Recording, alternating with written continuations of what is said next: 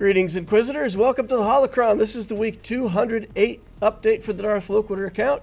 208 is a big number. That's 4 full years of Darth Loquitur as of 24th of October, 2024. The account is 4 years old, so we got a big update this time. We'll take a trip down memory lane. We'll talk about a little bit of the current situation with the account and the gameplay and the Star Wars Galaxy of Heroes, all that good stuff. So hang around if you want to do that. And first we'll go through the normal weekly update. The Armorer was on the list of things to do for the week, so we're going to go ahead and take that character to gear 13. We're just going to pop her up to Relic 1. We're not going to spend a lot of relic materials, signal data, stuff like that, because we have the other characters to build for the Bo-Katan journey, and it's not important what relic level she's at until we actually get the Bo-Katan character. So we're going to go in and we're going to take IG-12 up to Relic 7, finish him off, finish them out to the proper relic level for the journey. And then we got Paz R4 to work on, and when I get into Paz R4, I see that I'm just like literally one Cairo short on his next gear tier here. So we lock down this Cairo and we go in and we farm some more. And then we have enough for the upgrade button. And the gear 12 to gear 13 upgrade is also lit up. I didn't expect that, so I sat there looking at it for a minute, and then I'm like, yeah, well, of course, if the button's lit, let's go. So we also get Paz R4 to gear 13. I'll go into the scavenger, make a bunch of relic materials.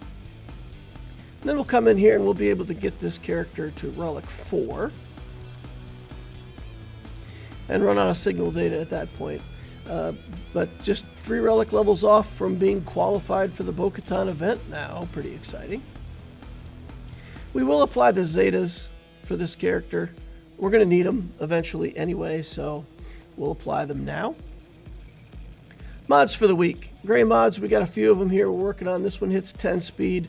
Fails on the blue and the purple slices though, so unfortunately it doesn't work out. Got a couple more slices here that don't work out. Go to the blues and the greens. We got a couple interesting ones here. This one's got 11 speed. Fails to hit on the blue or the green slices. This one goes to 14 speed. We take it up to gold. 14 speed's good enough, and this has really good substats, so we like it. We get it to blue 6 dot.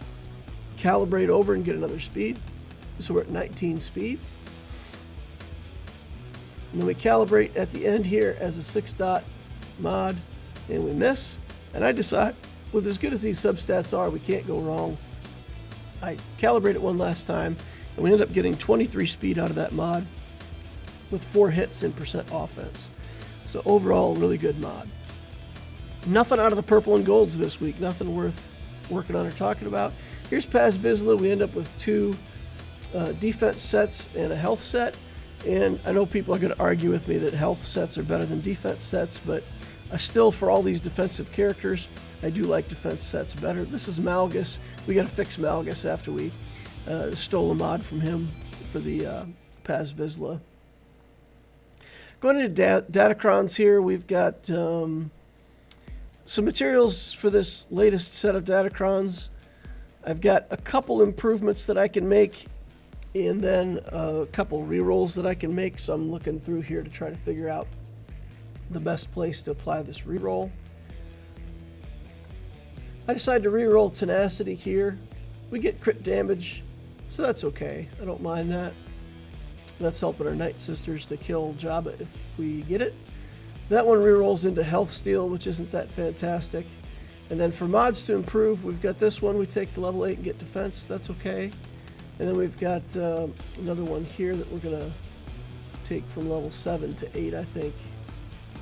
I'm sorry, to level 6. We get a Rogue One mechanic, and I try to reroll the Rogue One mechanic, and all I get is more Rogue One stuff. So nothing really good out of the Datacrons this week, but still chipping away at it every week, buying some currency. Here we're upgrading the skills on the Punishing One, getting them as high as we can. We've only got a 3-star Punishing One, or I'm sorry, yeah, 3-star Punishing One. Didn't invest in getting the 4 stars. So, okay, that's where we're at. The reason I didn't invest in 4 stars and punishing one is simple. I need to save up for carbonite circuit boards, and I just don't have the crystals this time around to pay for the marquee. So if there's ever a marquee that I wanted the character on that I should have saved crystals for, this one's it. But I just don't have the currency to do it right now. Best we can with what we've got. All right, so let's go into the weekly update for Darth Loquitur for week 208. Got a little bit different format that I'm trying this week, so bear with me as I work with my new UI. Week 208, 10.21 million galactic power. We added 70,000. That's 2 relic characters plus a ship. 189 relics, 166 Zetas, 30 Omicrons. The mod Q top 10 is 10.4. We went up by 0.1 this week. 20 plus speed mods, we got 3 more of those.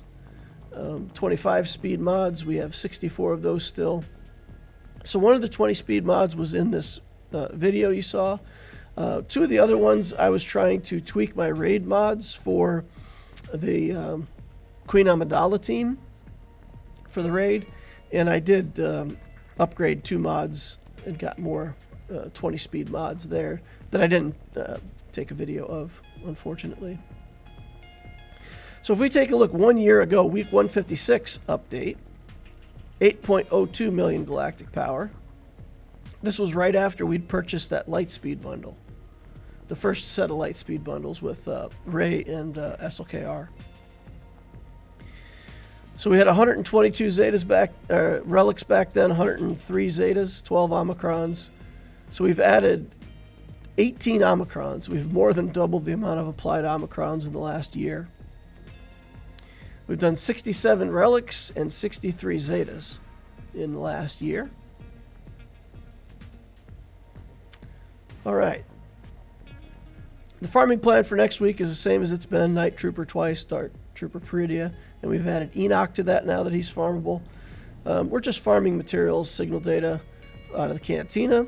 4 days a week on slicing materials, 3 days a week on mods. And then I'm still doing 1 extra refresh on regular energy every day to get more Cairo. We're working on Bo-Katan Mandalore, and then we'll go into Galactic Legend Ahsoka. The list is, we got 4 off the list already. So Bo-Katan Mandalore and Stap are the next ones, and then working on Ahsoka stuff once we start getting those characters to 7 stars. Let's take a trip down memory lane. So 24th of October 2020 is when the Loquitur account started. And through the update of 21st October, I decided to delay the issuing of this update actually until the 24th. I'm going to issue it on the 1-year anniversary, so that's fun. So I started the game overall a year earlier than that. I started in 2019, around Thanksgiving. I was in Hawaii on vacation, and I was taking a morning walk, sunrise in Hawaii, playing mobile games as I walked around. And I got an advertisement for the Star Wars Galaxy of Heroes game. And I'd seen this advertisement before, and I'd seen the game before, but I really wasn't interested in playing it. And then on that particular ad, it said that they were introducing some new thing called the Hyperdrive bundle. So I looked into it, and I think at that time, like, the Hyperdrive was coming out in a few days. So whenever I started it, I played the game in normal mode for a few days. And then as soon as the Hyperdrive bundle was a thing, I bought it, took the account to 85, and started playing my original account, which I named Allura, the same name that I've given to my daughter. So yeah, I still got the Allura account. I don't play it anymore, but I still have it. At that time in Grand Arena, galactic power mattered.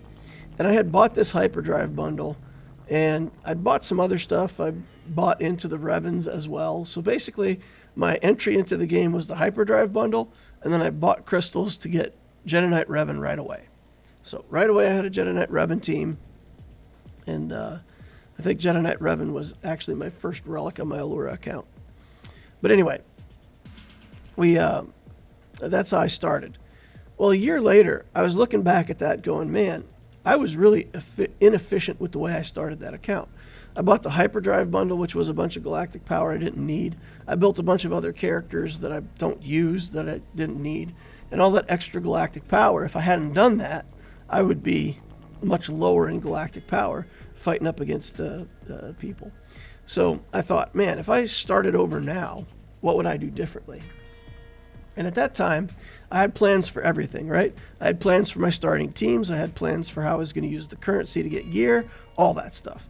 So here's literally what I thought. I thought, you know what? I started this account. I've got a plan. I think it's pretty cool. Maybe someday I'll be like top 10 in Grand Arena and somebody's going to ask me like, how did you do it? And I'll say, well, there's a YouTube channel that shows my account. So I just started to document my account and the plan and the progress with the idea that someday people might be interested. Well, when I started documenting like how I was working with mods and how I was getting gear and my gear efficiency stuff, people started to get really interested in it. And that's when my channel took off. So quite a surprise to me, but we got a channel out of it. But that's kind of the start of this whole thing. And I did want the account to be fun to play in all game modes, so I wanted to be good in Grand Arena, but I didn't want to leave all the other stuff behind either. And at the time, people were fighting really hard to get top in Squad Arena because you could get crystals there. And I thought, man, if I don't put any effort into Squad Arena, I still get enough crystals.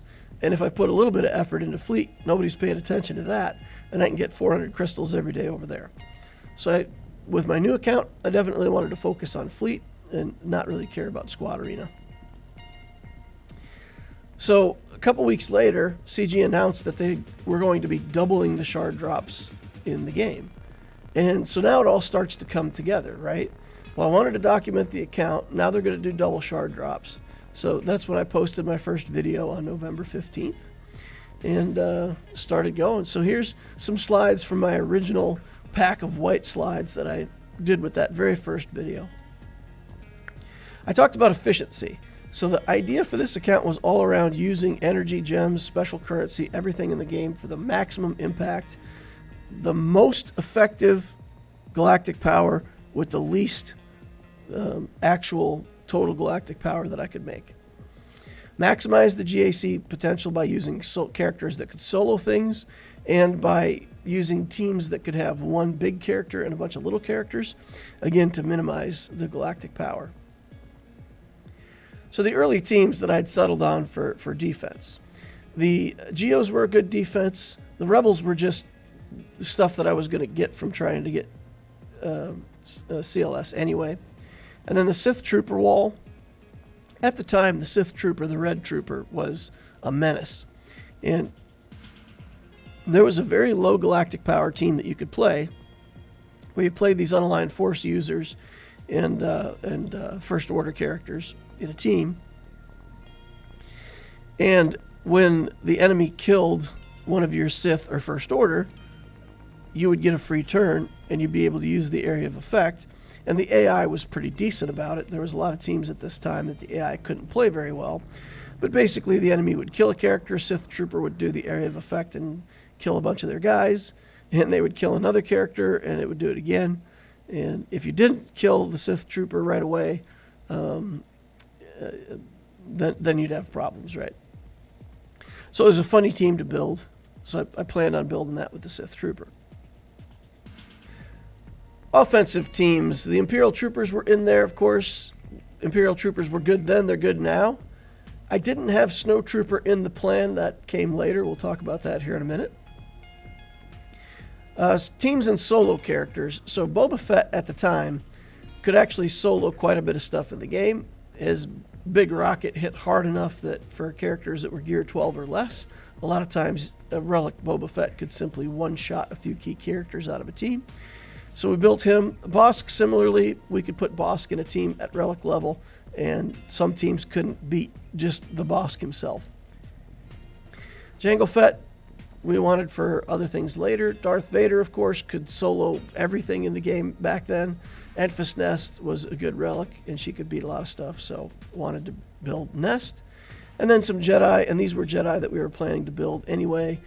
partially toward building toward the Jedi Knight Revan journey eventually, but mainly just to make a team. And Fives is in that team.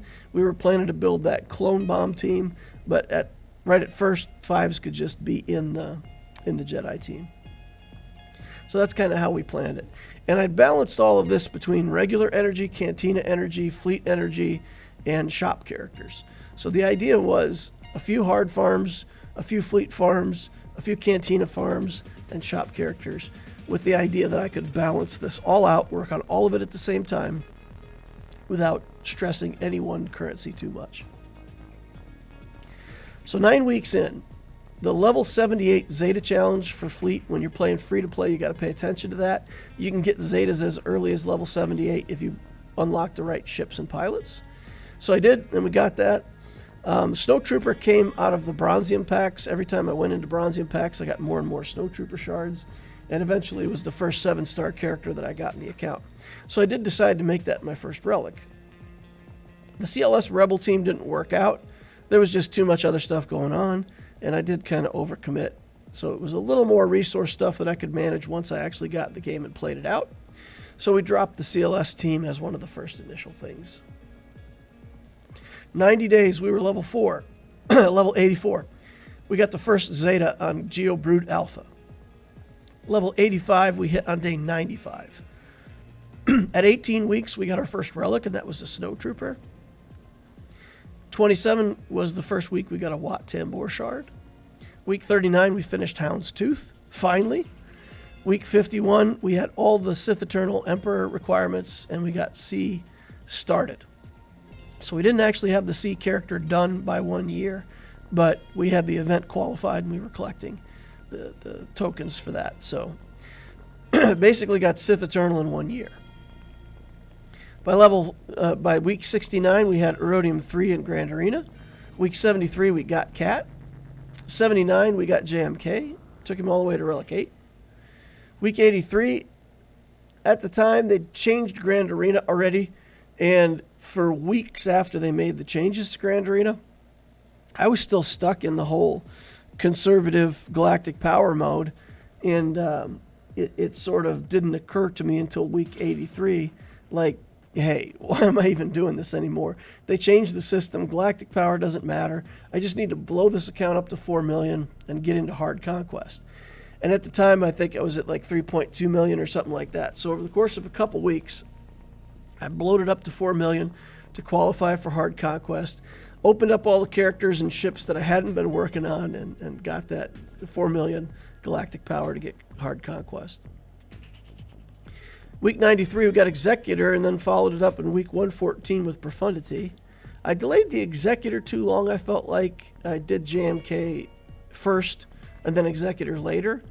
And I struggled against the Executor in Fleet Arena for a while.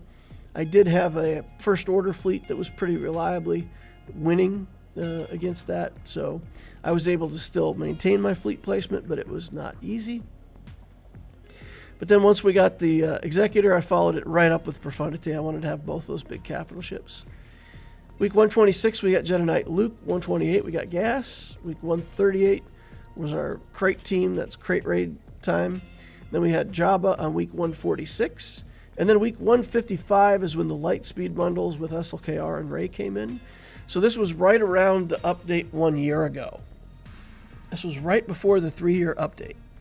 So if you look at the timeline, we've got this from week 154 at 711, and then at week 155 it was 797. So we put on 880,000 galactic power in 1 week with those Lightspeed bundles. I think it was about 850,000 just for the Lightspeed bundles by themselves. So a ton of new characters in the account, a ton of galactic power. And in week 158, just right after 3 years, we got JML. 160, we got SLKR. 163, we got Rey. And in 170, we got Leia. So when I look at this timeline, that 12 weeks, I still think that was pretty impressive juggling that I did to get 4 Galactic Legends done in 12 weeks.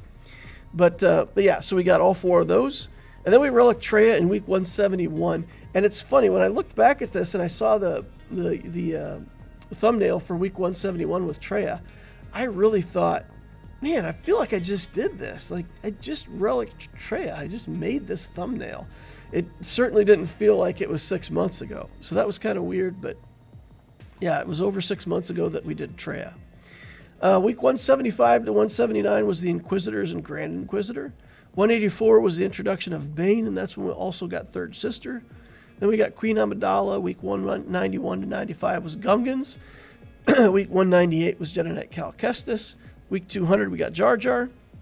And then for the last 8 weeks we've been building up other stuff toward Bo-Katan, Mandalore, and some stabilization relics for the account. So if we look at 2023 versus 2024, the big, let's say Tier 5 and Galactic Legend level completions, we added 4 Galactic Legends to the account. So same amount of Tier 5, but 4 more Galactic Legends in the last year. Of course, a couple of those were heavily influenced by the Lightspeed bundles, but still, it's a good chunk of power into the account. If we look at the Galactic Power climb, I'm not going to go through all the numbers, but basically for the first half year, about 30,000 a week. For the second half of the first year, about 35,000 a week. Going from a year to a year and a half, it really increased to 57,000 per week. And that's because in that time period, I was unlocking a lot more ships. And as you unlock a lot more ships, then of course, you get a lot more galactic power. And if you see that week 78 at 3.37, you see week 81 at 3.6 and week 84 at 404. So that's when I did that bloat right around week 81. So I took the account from around 3.3 to 4.0 in a period of about 3 weeks. For the average for this time period, 66K per week. And then things started to settle in around 40,000 per week after that. And here you see 40,000 a week. And then for the last full year, it's been 46,000 per week. So it's basically 40,000 a week plus the Lightspeed bundles probably make that 46. So it gives you an idea of the slow and steady progress of the account. If we look at mods over the course of the account's history, after 1 year, we had 20 mods that were 20 speed or better, and we only had 4 mods that were 25 speed or better. And our mod score was 4.7. 6-dot mods were in the game, but I think 6-dot slicing was still relatively new. So going from a year to a year and a half, we increased our amount of 20 speed mods over double. So we ended up at 42 mods. We only added 1 at 25 speed for that half a year. Going from a year and a half to 2 years, we added 6 more 25 plus speed mods and 17 more 20 plus speed mods. Mod score was up to 5.95 by then. Top 110 was up to 7.2. And back then, I feel like those were pretty good mod scores. Week 130, we added 9 more at 25 plus, almost doubling that from 11 to 20. And then for the 20 plus speed ones, we went up by 27, up to 86. So that's pretty good. By then, my mod score was 711, 929 for the top 110. At 3 years, 3 years was after they introduced the calibration method. So the calibration changed the landscape of mods by quite a lot. So within that period, we went up by 23 mods for 25 speed plus, ended up at 43 total. Added 47 more at 20 plus speed. So we really took a big uptick with the calibration system. By then our mod score was 8.6 and 13.0 for the top 110. A year later, here at week 208, we've added 21 more 25 speed mods. So 21 over a year is a 25 speed mod about every 2 weeks. Our 20 speed mods have gone up to 206. We've added 73 there Again, almost doubling it. The mod score now is 9.5 overall and a whopping 17.25 for the top 110. For anybody who doesn't use these bots, you can go in and type in /profile if you've got the Omega bot, and it'll give you this count. And it'll make it easy to count. You don't have to look at the graph and try to count the numbers. So just a little bit of history of how this all worked. Between a year and a half and 2 years, I focused on 6-dot mods and slicing. I generated more mods, but overall the score didn't go up very much. Between 2 and 2.5 years, I went back to the strategy of playing statistics. That was when I put my Mod Mastery series out and kind of locked in on the strategy. I generated a bunch of new mods and got a really big chunk of improvement there. Between 2.5 and 3 years, that was the calibration system, of course. Got a good jump in mods there, doubling our 25 plus mods to from 20 to 43, which was a huge jump. So then for the last year, we've been balanced between purchasing mods and slicing, and then farming slicing materials and mods. We had a good jump in 20 plus mods, good progress in 25 speed mods overall for the last year. So I've been happy with my progress with my current system of working mods. The overall score doesn't show as much improvement as it might, because when you get Lightspeed bundle, you get a whole bunch of characters. And then what I do is I take the mods that don't quite work out, the ones that are 10 or 11 speed that never hit that third speed upgrade, and I put those mods on. So then when it looks at the overall quality of the mods on every character that's modded, it dilutes the number a little bit. So my top 110 score is kind of where my best mods are, and that's fun to look at. Speed seems less relevant with a lot of the new teams, but even after all these years, when you look at the speed substat and you say, okay, well, the Gungans don't particularly need speed. Bo-Katan Mandalore can benefit from speed, but doesn't particularly, it's not a must-have for that team. But still, like Inquisitors, when you take Inquisitors into the event, the speed of your Inquisitors matters. When you take Inquisitors into territory wars as a defense, the speed of your Inquisitors matters. So even though speed is less relevant with the game, there's still a lot of stuff in the game that benefits from speed. So I still think that's the landmark that we look for on mods. I don't think that's changed. If we look at Zetas, the Lightspeed bundle's guaranteed that I'm permanently behind on Zetas. I think I counted one time and there's like 39 Zetas that I want that I don't currently have. And I've had to take a blinders approach where I just cover my eyes and I don't look back at a lot of the older characters.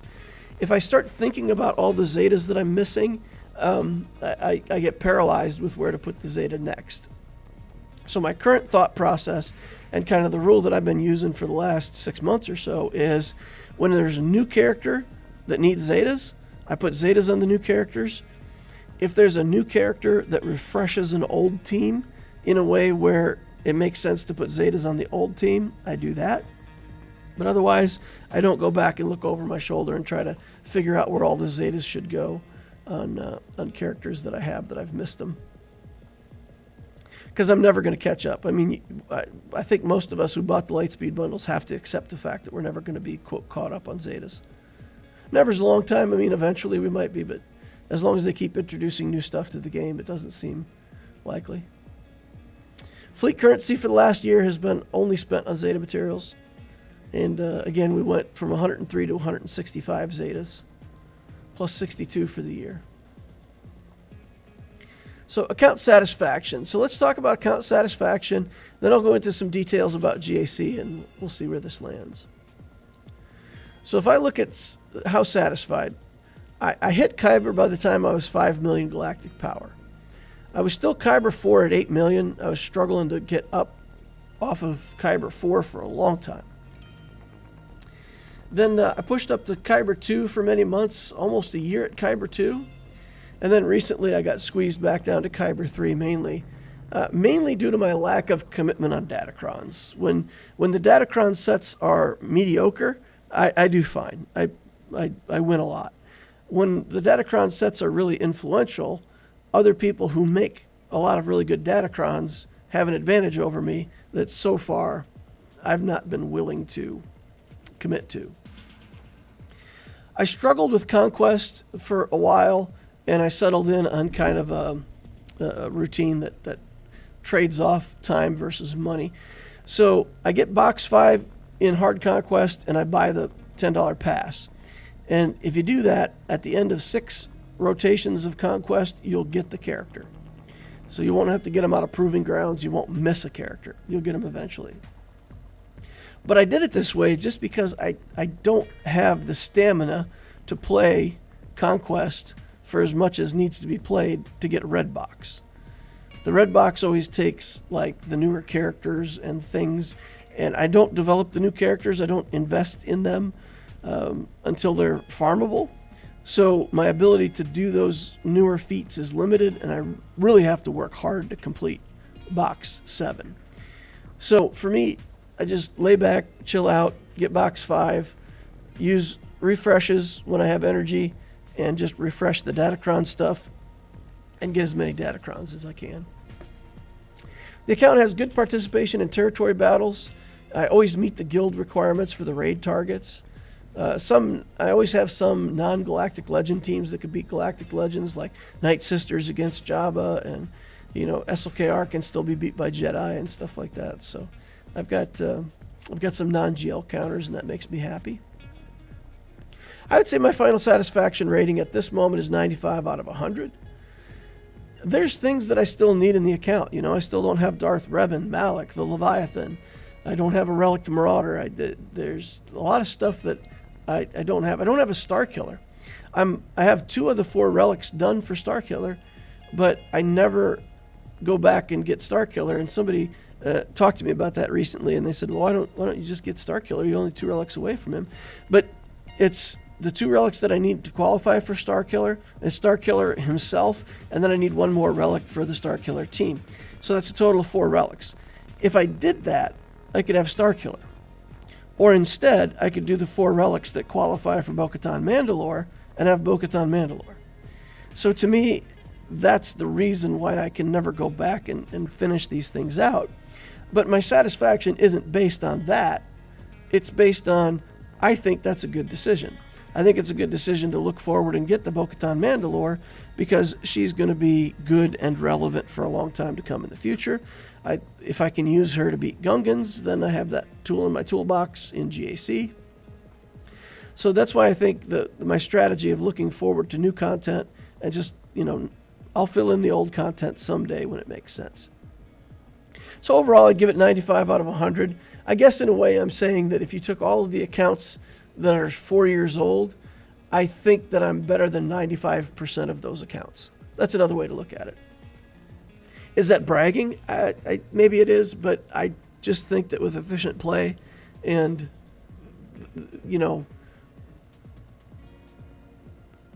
thoughtful spending, that I've been able to get an account that's pretty good with a minimum of money input. All right, I did, for the amount I've spent, $20 per month at first. And when I started the updates, I was clear right from the start that I was going to spend $20 a month. I considered it like going to a movie or, paying an entertainment tax of some kind. $20 a month, that gave me enough crystals to make sure I always got my fleet refreshes every day. I wasn't too far off on crystals, but man, the difference between having those extra 2,800 crystals and not was a big deal. It got me my Cantina refreshes. It got me my mod refreshes in, the critical build phase of the account. So now I spend $10 a month for Conquest, and I think the account is performing better than most similar accounts. However, I will say GAC in the game is unrewarding. GAC is what got me interested in the game. It's what hooked me in the first place. And there's been little things along the way since then, but I really don't enjoy GAC most of the time anymore. And it's sad because I think there's so much potential for that game mode, but I really don't like the 3v3 game mode. I really don't. And it's just a personal thing. I'm not blaming the company. I've gotten used to playing it by now, and it's a thing that I have to do, but I would really rather play 5v5. I feel like the game was developed as a 5v5 game, and that's the teams that I enjoy are mostly in 5v5 play. But yeah, it's the Datacron effect as well. So I'm frustrated with GAC. And I've been passed up in fleet. So in 2023, I very consciously made this decision, and this slide is from my 3-year update. For a long time, people did very little with fleets, and a lot of Grand Arena could be won just by having stronger fleets. Now that more fleets were added, people put a lot more priority on fleets. And I felt like at that time, I needed to flip the characters and build a lot of these Galactic Legends with the Lightspeed bundle and get my defense up. And it proved to do very well. As soon as I got all those Galactic Legends in the account, I went from Kyber 4 to Kyber 2 pretty quickly. So I switched to a character defense mode, switched out of fleet, but now I'm on the other end of it. So in 2024, I'm 2 big fleets short. One is I don't have the Leviathan, and the other is that I don't have the Marauder at Relic, and a Negotiator on defense with a Relic Marauder is pretty tough. My opponents can put 3 defensive fleets down.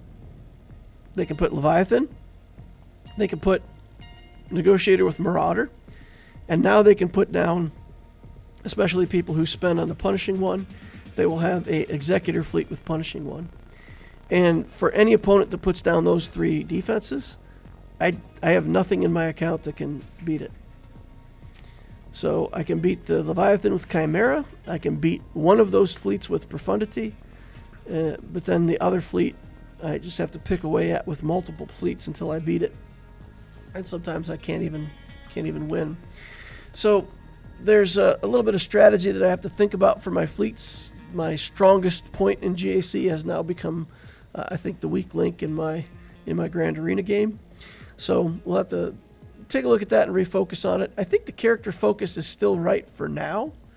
I really thought they were going to introduce another big capital ship, and they haven't. So that's been pretty frustrating. But yeah, I may have to go back and get that Leviathan just so I can stay on the same level with my GAC opponents. 2023 Lightspeed bundle impacts. At the time in 2023, I wrote this slide and said, until we have more info, it's hard to gauge how that's going to affect it. Loquitur was positioned well. So I will say in 2024, Loquitur benefited greatly.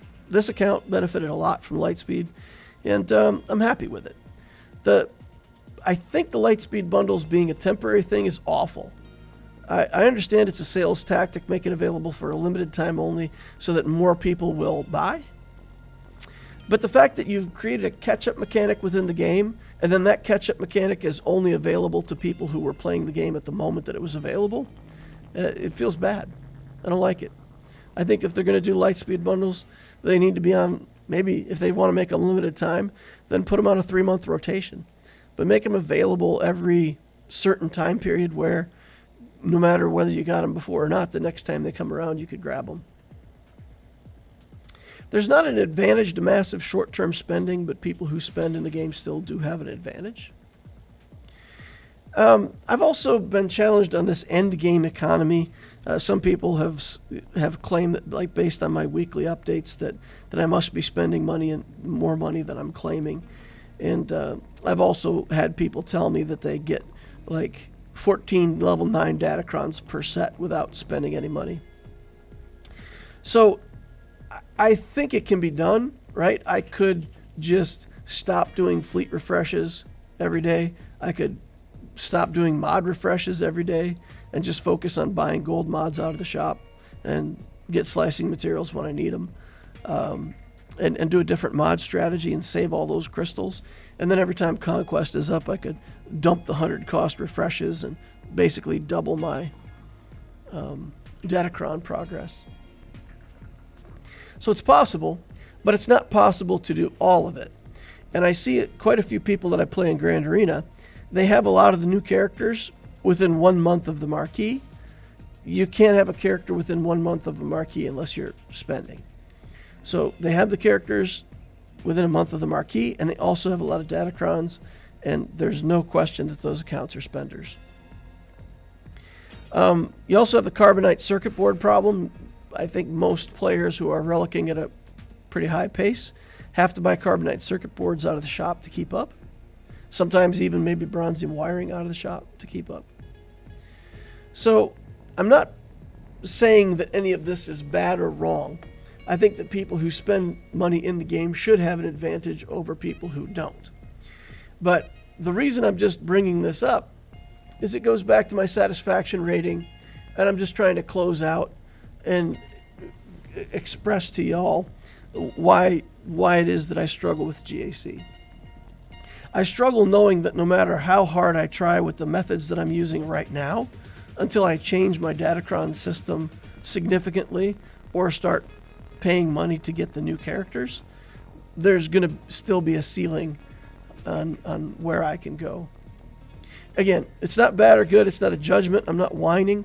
I'm just simply saying it's a fact that I have to figure out my Datacron stuff. So I'm working on it. All right, what do you think of the Darth Loquitur journey? So for anybody who's been watching for a long time, or even for people who might be newer, let me know what you think of this.